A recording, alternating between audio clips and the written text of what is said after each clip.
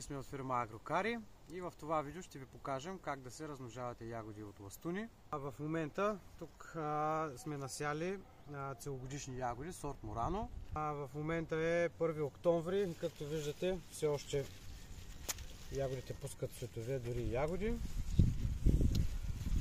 Именно какво представляват ластуните? Това са едни дълги мусташки, които излизат от майчиното растение. Съответно по естествен начин така се размножават ягодите. Но в случая, ако искаме да си направим насъждение някъде по-настрани или ягодите много са ни харесали и искаме да дадем на някой друг, съответно се изрязват тези ластуни. Ето какво представлява един ластун. Тук в основата той формира коренчета. Съответно по този начин се сформира едно изцяло ново растение. Ето и разтворчето, което ще използваме за вкореняването.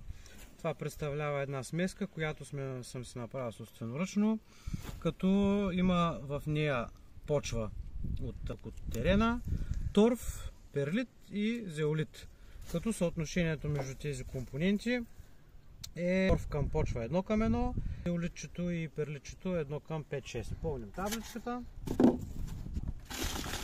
След което вече можем да пристъпим към засаждането на ластунчета. Ето ги нашите ластунчета.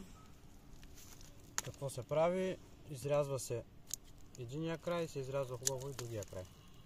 Съответно, това е един идеален пример за това как трябва да изглежда едно ластунче. В случая даже има доста пуснати нови коренчета.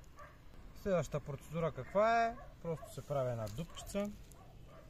Поставя се, като се внимава естествено коренчета да не бъдат нарушени, след което се засажда и обилно се полива. И сме готови.